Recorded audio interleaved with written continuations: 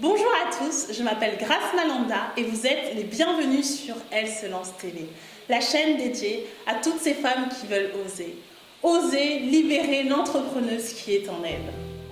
Aujourd'hui, je viens vers vous pour répondre à une question qui m'a été posée par l'une de mes abonnées et qui me demande comment faire lorsque l'on veut entreprendre, mais on ne sait pas dans quoi. Et ça, cette question, je la trouve super intéressante, tant elle fait écho en moi. Il s'avère qu'il y a 1 an et demi, j'étais dans cette situation. Il y a 1 an et demi, je ne savais pas dans quoi je voulais entreprendre. J'avais cette envie-là, mais je me cherchais.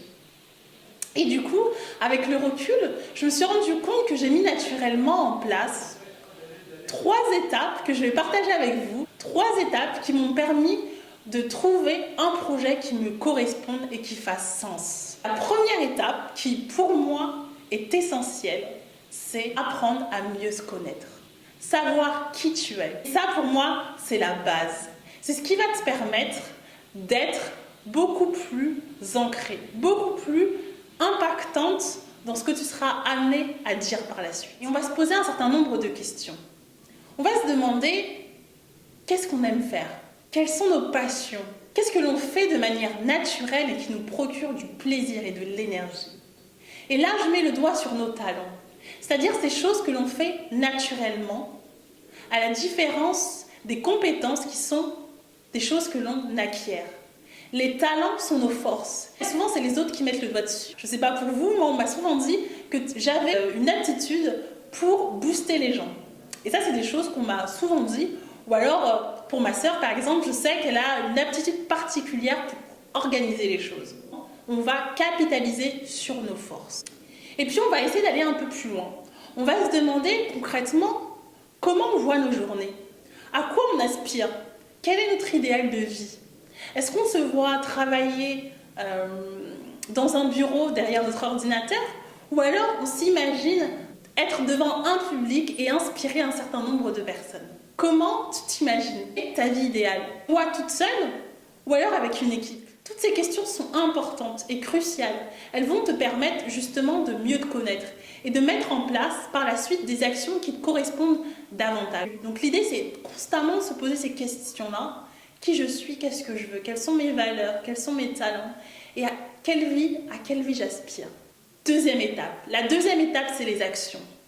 C'est qu'est-ce que je vais mettre en place comme action qui va me permettre d'être en cohérence avec moi-même. J'adore organiser les choses, j'adore planifier, c'est vraiment une chose que j'aime faire et que je fais de manière totalement naturelle et qui me procure du plaisir. Donc je vais commencer à organiser des événements. Et puis en fait l'idée c'est de se dire finalement est-ce que la réalisation va me plaire au quotidien? Ce qui est intéressant c'est de se dire qu'il y a un gap souvent entre ce que l'on imagine et la réalité. Et l'objectif c'est de réduire au maximum ce gap. Parce que cette étape est une étape assez difficile et assez confrontante. Pour certaines personnes, c'est pas facile de mettre en place des actions concrètes. Et l'intérêt justement d'aller puiser dans ses forces, c'est d'avoir justement cette motivation suffisante pour se mettre en action. Et pas forcément de faire des grandes actions, mais plutôt faire des petits pas. Des petits pas qui nous emmènent vers notre objectif. D'un temps, je voulais mettre en place des événements. Sauf que j'avais terriblement peur de faire des grands événements. Et je me suis dit, ce que je vais faire, c'est que je vais organiser des petits événements. Avec 10, 15 personnes grand maximum. Et mon premier pas a été celui-là. De créer un groupe Meetup pour justement partager ma philosophie. Faire en sorte que d'autres personnes y adhèrent et qu'on puisse faire des brunchs entre porteurs de projets et entrepreneurs un dimanche, une fois par mois.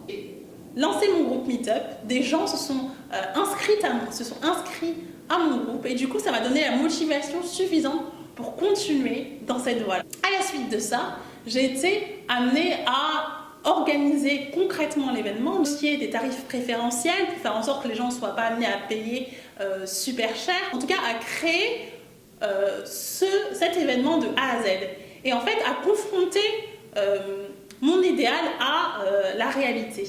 Et finalement, voir si cette réalisation au quotidien me plaisait. C'est ça qui est important. C'est ça qu'il faut se dire. Est-ce que cela nous plaît? Troisième étape qui est la monétisation.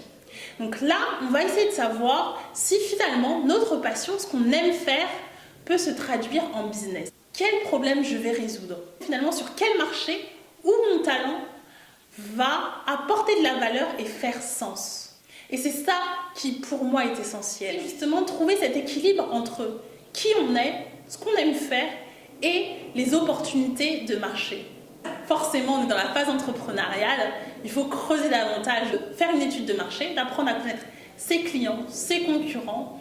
Voilà pour les 3 étapes. Première étape, on apprend à mieux se connaître. La deuxième étape, c'est l'action. On passe à la 3e étape, la monétisation. Ces 3 étapes m'ont permis aujourd'hui de trouver le projet qui fait sens, qui me correspond davantage et qui puisse aider les autres à avancer également dans cette quête de réalisation de soi. Merci d'avoir suivi cette vidéo jusqu'au bout. Pour celles qui se trouvent dans cette situation, n'hésitez pas à mettre vos remarques en me disant si vous avez déjà pensé à mettre en place ces 3 étapes, si vous allez les mettre en place. Pour celles qui sont un peu plus avancées, n'hésitez pas à me dire si vous êtes passé par ces 3 étapes et si éventuellement vous avez des choses à rajouter, n'hésitez pas à les mettre en commentaire. En attendant, je vous dis à très bientôt pour de nouvelles vidéos Ask Grace.